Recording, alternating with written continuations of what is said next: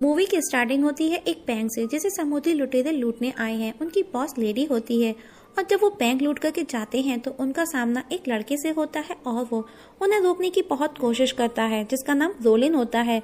और वो सब डाकू उसका मजाक बनाते हैं और जाते जाते बॉस लेडी उसे एक book the legend of trust दे करके जाती है और कहती है तुम मुझे खुद की याद दिला रहे हो, और कहती है कि अगर मसीहा बनना चाहते हो तो इसे पढ़ो। और रोलन उस बुक को पढ़ता है। सीन शिफ्ट होता है जहाँ पर कीकू और तारा को दिखाया जाता है जो कि अनाथ है और भाई बहन है, और वहाँ पर उनका शो होना है क्योंकि लोग उन्हें मसीहा मानते हैं क्योंकि उन्होंने स्नो क्वीन को हराया है। जिसमें कीकू तारा बताते हैं कि उन्होंने स्नो क्वीन को कैसे हराया। उस दौरान वहाँ बैठे बच्चे उनके पीछे पड़ जाते हैं और उन पर टूट पड़ते हैं क्योंकि वो बच्चों के हीरो थे, वो मसीहा थे। और अब तारा कीकू वहाँ से किसी तरह बच करके भाग निकलते हैं। दोनों रास्ते में बातें करते हैं कि अगर उनके पेरेंट्स होते तो उन्हें ये सब नहीं झेलना पड़ता।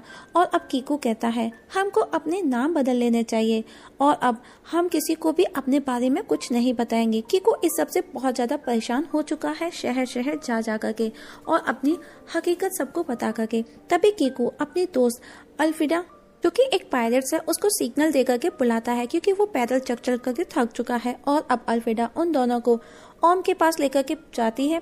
उधर ओम को दिखाया जाता है जिसे उसके बच्चे परेशान कर रहे थे। तभी अल्फिडा उन दोनों को लेकर के वहां पहुंच जाती है और ओम देख करके उन्हें बहुत खुश हो जाता है कि उसका पुराना दोस्त उसके सामने खड़ा है। तारा को ओम का घर बहुत पसंद आता है। तभी वहां पर एक लड़का आता है जो कि रोलिन था, जो कि मूवी की स्टार्टिंग में दिखाया गया था। रोलिन को देख तारा फ्लैट हो जाती है।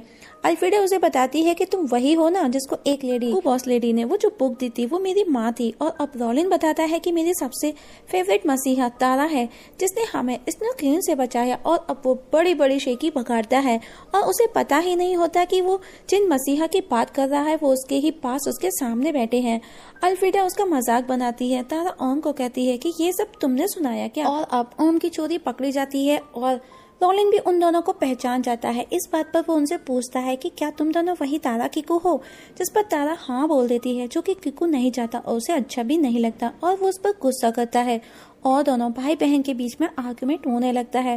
दोनों एक दूसरे को ब्लेम करते हैं और कीकू गुस्से में वहाँ से चला जाता है। अल्फिडा भी उसके पीछे पीछे जाती है और वो उससे बात करती है, उसे समझाती है। वही रोलिन तारा के पास आकर बात करता है। वही अल्फिडा कीकू को समझाती है कि वो तुम्हारी बहन है, वो तुमसे बहुत प्यार करती है, उसने तुम्हारे लिए स्नो क्वीन से फाइट की, पूरी दुनिया से लड़ी। पर कीकू नहीं मानता। वो कहता है नहीं, मैं उसके लिए सिर्फ एक बोझ हूँ और जो भी कुछ किया उसने बहुत पहले किया और कुछ नहीं। वही तारा रोलिन से कहती है कीकू ही मेरे लिए सब कुछ है, वही मेरी दुनिया है। वही कीकू कहता है तारा से वो अलग रहने का डिसाइड करता है। वही रोलिन कहता है उसने मसीहा के बारे में पढ़ा और अब वो अपनी खोई हुई माँ को ढूंढ रहा है। और वो उसे विशिंग स्टोन का बताता है कि अगर ये किसी को मिल जाए तो उसकी इच्छा पूरी हो जाएगी, जिसे मैं काफी समय से ढूंढ रहा हूँ। ट्रोल्स को भी नहीं पता। जिस पर तारा बोलती है अमाना केव, लेक, गाँव, टेम्पल, लेकिन वहाँ जाना मना है, ये वही मिलेगा लेकिन वहाँ कुछ भी हो सकता है। पर फिर भी तारा रोलिन को लेकर के उस विशिंग स्टोन को ढूंढने के लिए जाती है। तारा रोलिन के साथ खुश थी। वो दोनों एक दूसरे की तरफ अट्रैक्ट हो रहे थे, दोनों एक दूसरे को पसंद भी करने लगे थे और दोनों टेम्पल तक पहुंचते हैं जहां उन्हें एक ही जगह पर दो स्टोन नजर आते हैं।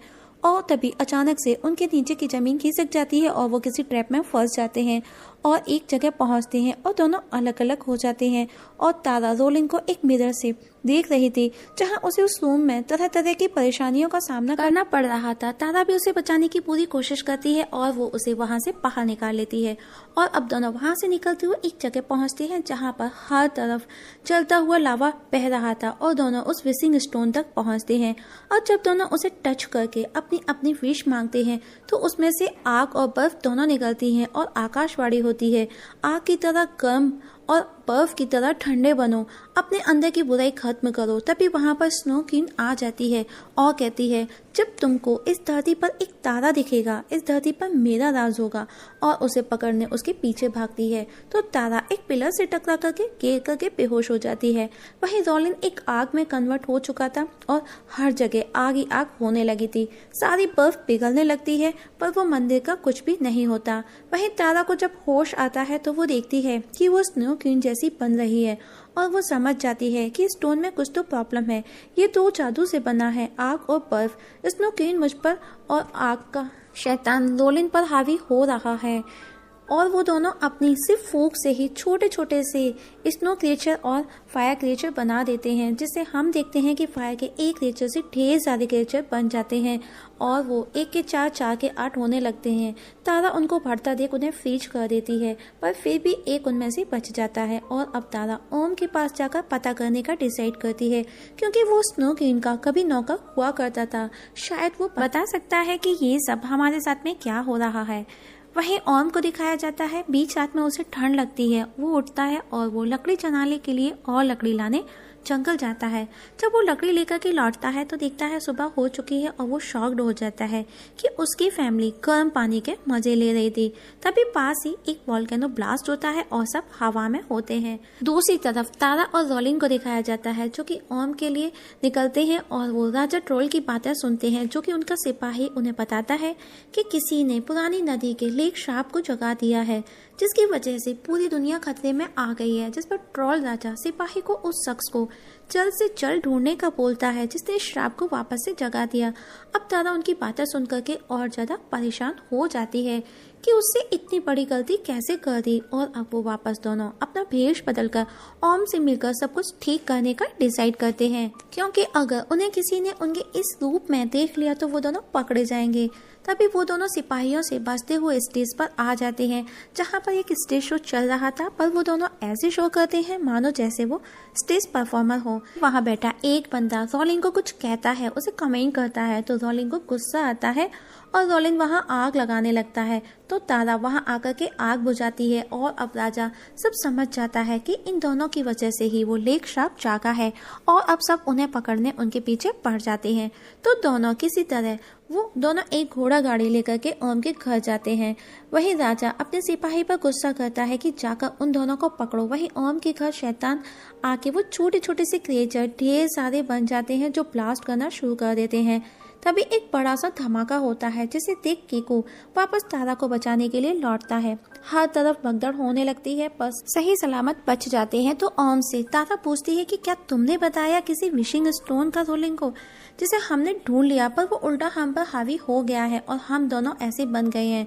अब हमको बताओ हम क्या करें। जिस पर ओम कहता है, मुझे कुछ भी नहीं पता, मैं कोई विकिपीडिया नहीं। ये सुन तारा उदास हो जाती है और अब तारा निकलने वाला होता है, क्योंकि सूर्यास्त होने को है और तारा और रोलिन की तबीयत बिगड़ने लगती है। हम देखते हैं कि तारा नॉर्मल थी, रोलिन ड्रामा कर रहा था, क्योंकि सूर्यास्त के बाद में तारा निकलते ही वो दोनों खत्म हो जाएंगे और स्नो क्वीन का राज हो जाएगा। तो ओम बताता है कि रोलिन सिर्फ कॉमिक्स को इसने सीरियस ले लिया है, जो कि इसने लैब में पढ़ी थी। तारा बोलती है लैब, जिस पर ओम बोलता है हाँ लैब, हम ट्रोल्स हैं, हमारी लैब भी है और वहाँ पर लीजेंड भी है। तो तारा सीधे वहाँ पर जाने का बोलती है, लेकिन वक्त बहुत कम था और वहाँ पर जाना बहुत मुश्किल था। तो तारा एक लोकोमोटिव बनाती है, मीन्स वो ट्रेन बनाती है, जो कि पूरी की पूरी बर्फ की बनी हुई थी और अब सब उसमें बैठ करके लाइब्रेरी के लिए निकलते हैं। वहीं ट्रोल किंग अपने सिपाहियों पर बहुत ज्यादा गुस्सा करता है कि जितना जल्दी हो उनको पकड़ो, वरना पूरा शहर जल करके खाक हो जाएगा। वहीं कीकू और अल्फिडा भी वहां तारा को बचाने के लिए पहुंचते हैं। वहीं तारा, रोलिन ओम लाइब्रेरी पहुंचते हैं, जहां उन्हें एक ओल्ड लेडी मिलती है और वो उन्हें ओल्ड मैजिक सेक्शन में भेजती है और वो किसी बॉक्स में होते हुए एक जगह पहुंचते हैं, जहां पर पहुंचने में तीनों का हाल बेहाल हो चुका होता है और वहां पर उन्हें वही बुक मिलती है विशिंग स्टोन वाली, लेकिन वहां पर कुछ भी नहीं होता। तो रोलिन ओम के बीच बहस होने लगती है। बहस इतनी हो जाती है कि रोलिन को गुस्सा आता है और वो गुस्से में उस पर आग से हमला करता है। तो वहां पर सभी कुछ एक्टिव हो जाता है और वापस वही आकाशवाणी होती है और विशिंग स्टोन को टच करते हुए किसी मंत्र का बोलने को कहा जाता है। तभी ट्रोल किंग के सैनिक वहां आ जाते हैं और वो उन्हें पकड़ते हैं। तभी राजा भी वहां आ जाता है और वो उन्हें उन दोनों को छोड़ और तारा को आगे बढ़ने का बोलता है, क्योंकि सूरज ढलने में बस थोड़ा ही वक्त बचा है और स्नो क्वीन तारा पर हावी होने लगी है। वहीं कीकू तारा को ढूंढते हुए लैब पहुंचता है। वहीं तारा और रोलिन वापस से उसी स्टोन के पास जाकर के उसे टच करके वही आकाशवाणी वाला मंत्र बोलते हैं, जिसमें से स्नो क्वीन निकलती है और वापस उसी स्टोन में चली जाती है और तारा अब नॉर्मल हो चुकी होती है। पर रोलिन के अंदर का आग का शैतान नहीं जाता, क्योंकि वो चाहता भी नहीं था, क्योंकि वो सुपर पावर की बचपन से ही इच्छा रखता था। तारा उसे समझाती है कि ये कोई गिफ्ट नहीं है, ये तुम्हें तबाह कर देगा, पर रॉबिन उसकी नहीं सुनता और अब वो हर तरफ तबाही मचाने लगता है और तारा को वही धधकते लावा में छोड़ करके चला जाता है।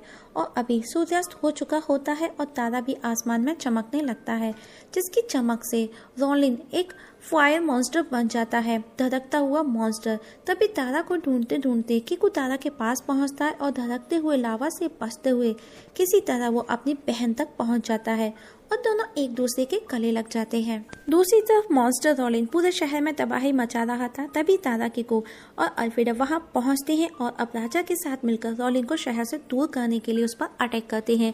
और अब मॉन्स्टर रॉलिन धीरे धीरे टूटने लगता है और वो वहां से बचकर के लिए पीछे लौटता है, लेकिन वो वापस उन पर हमला करता है। वो तारा को मारने को ही था। तभी वो अल्फ्रेडा को देखता है कि वो किकू को बचा रही है और वो तारा को छोड़कर उसके पीछे पड़ जाता है।